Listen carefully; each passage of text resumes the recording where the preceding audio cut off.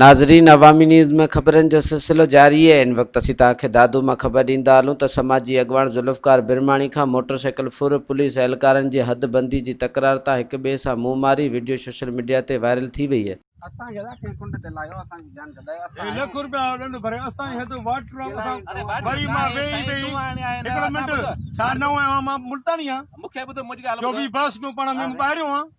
खबर ना है मुझी गाल बुध ना छा गाल बुधा अरे मुझी गाल बुध तो तानी तो हर बरोबर बस करी मुखे को छडे तपेदार को गोठार को तपेदार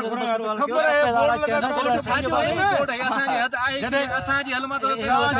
ता गाड़ी खणी भावर जो पता न छकला यार ता बिठा असा जी जेको मसलो बोर्ड लगा के बजे वाक्य जो हिन वक्त होगे मुके तो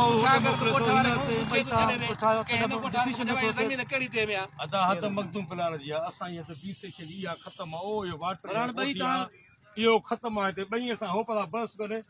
करो कोनी तुसी बई वडा हद क्लियर है हद मखदूम साहब दिया असा जो जी माता ये सिकया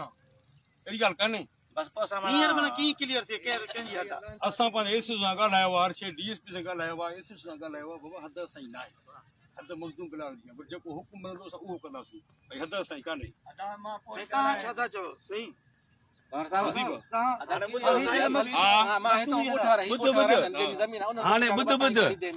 वो बुध अब्दुल्ला वडेरो शमन शेख ने गोठे चंगो मोटा मुहिमल उन सां गालायो जी लहंदो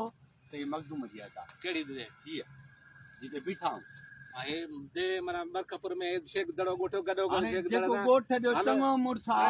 गलरा चंगा मुरसा खबर ना है वो आता है खबर है तो ये पीछे चल गया मतलब असई हुजिया तो असई बोर्ड लगल हो जाता है बोर्ड लगल है गोठो मुजो बोर्ड तो हलो रास्ते पे बोर्ड लगो बस।